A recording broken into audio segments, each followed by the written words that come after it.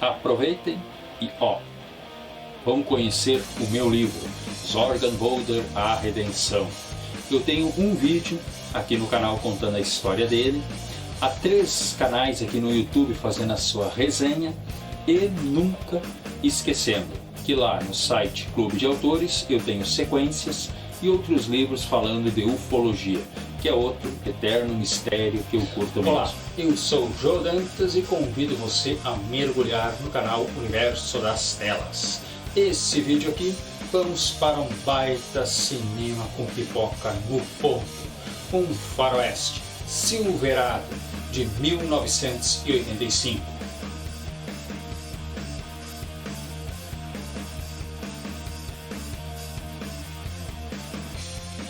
O roteiro, bem pessoal, não tem nada que já não foi feito e refeito nas décadas passadas. Um poderoso fazendeiro pisoteia a vida dos outros para obter as suas terras, aliado a um xerife.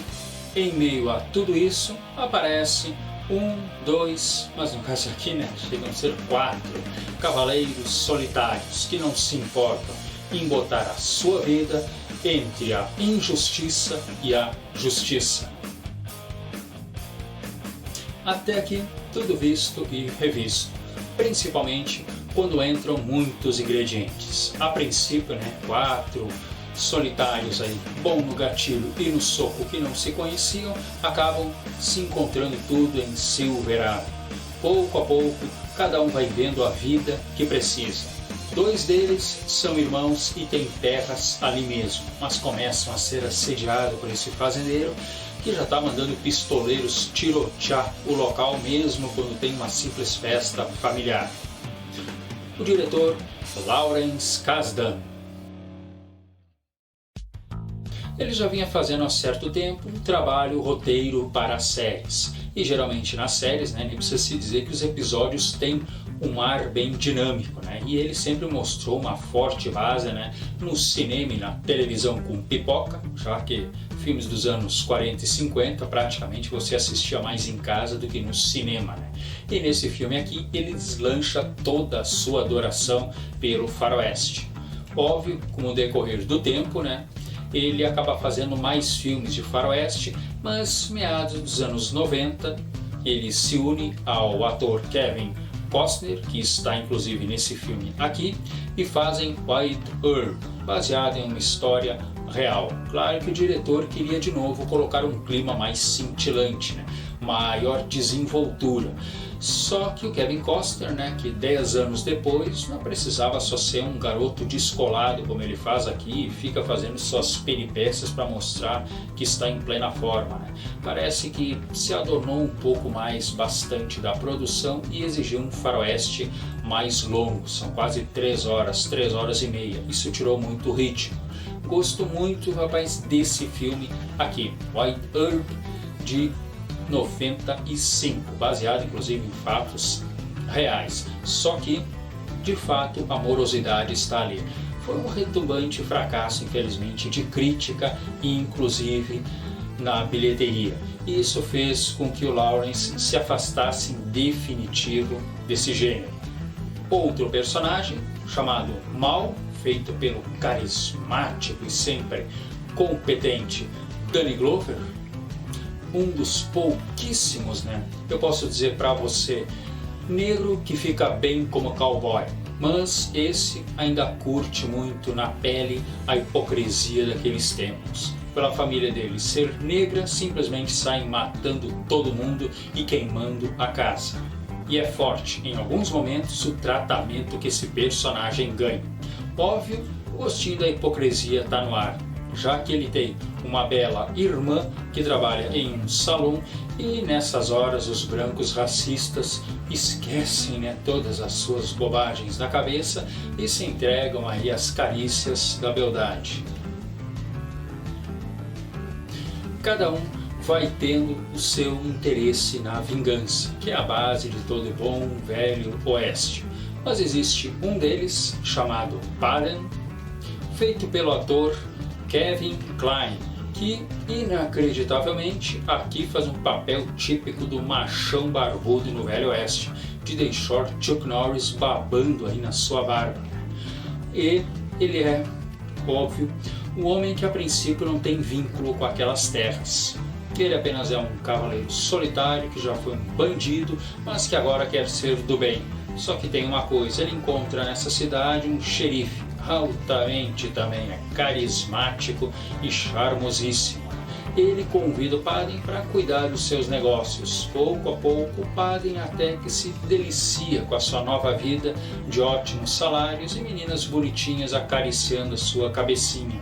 Mas logo, não tem querer. A terra tem que entrar no meio. Ele acaba se interessando por uma colona que vive ali perto e sabe que logo a sua futura esposa vai passar também pelo assédio e violência desse fazendeiro. O filme, pra mim, gente, nem vou dizer o grande carisma dos personagens. Ele simplesmente distribui o seu tempo sobre todos eles. Dá a impressão que não existe o protagonista, simplesmente a vontade de se defender. E ao fazer isso, como todos os personagens são altamente carismáticos, não precisa se dizer que o filme ele acaba sendo muito dinâmico, altamente bem distribuído. A trilha sonora, toda boa e velha trilha sonora do Velho Oeste, né? Sempre tem um momento que toca uma música alta e vai lá em cima. Nesse instante aqui, os cavaleiros eles aparecem cavalgando, um do lado do outro. Era para ser, gente, um show de cafonice que não teria mais cabimento. Mas vai se fazer o quê? O filme está tão convincente que você só falta ver neles uma capa e eles saírem voando para ajudar a cidade assediada, né, pela ganância aí do fazendeiro, bem como pela corrupção do xerife. E acreditem, até os coadjuvantes conseguem ser muito bem trabalhados. O vilão também não pode ser um cara de um sorriso muito legal e um ar até charmoso. E é isso que faz aqui o veterano ator Brian Dennehy. E aqui ele está como xerife Cobb. E esbanja seu carisma voando tela afora. E inclusive no duelo final entre ele e o barbudo Padding era para ser outra cafonice. Mas sinceramente, gente, eu tinha vontade que esse filme aqui tivesse 4, 5 horas. Porque o carisma desses dois caras fizeram um ótimo momento ali. Mas quem diz que mesmo um papel secundário não pode surpreender? O legal Jeff Goldblum está aqui. Ele chega na cidade dando pinta de ser aquele cara que vive fazendo boas apostas, mas não é que logo aos poucos ele vai se tornando também um cara vilanesco e olha, convencendo muito bem a baixinha Linda Hunt, que mais tarde ganharia inclusive um Oscar. Aqui ela é Stella. Ela acaba fazendo um personagem que trabalha para o xerife Cobb em um salão. Ela se torna a chefe aí, né, do Padding. E aos poucos os dois vão tendo uma amizade e olha, a baixinha vira uma gigante na tela.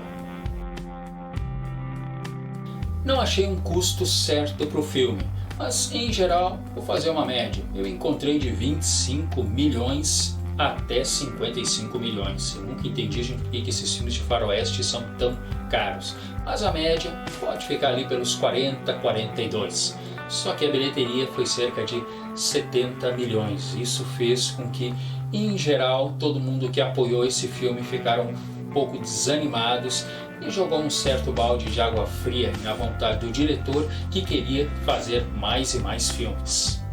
Nesse ano aqui, inclusive, né, não querendo estragar tudo, né, Clint Eastwood, que praticamente sempre faz ali o cavaleiro solitário, né, com a sua face imutável, fez de fato o filme, né, Cavaleiro Solitário. Ele gastou cerca de 15 milhões de dólares e faturou mais de 100 milhões. Quer dizer para você, esse cinema com pipoca, super ágil e com personagens altamente carismáticos, é que ele anda nos streamings da vida. Ontem mesmo eu assisti ele na Netflix e olha, não tem como perder esse tempo.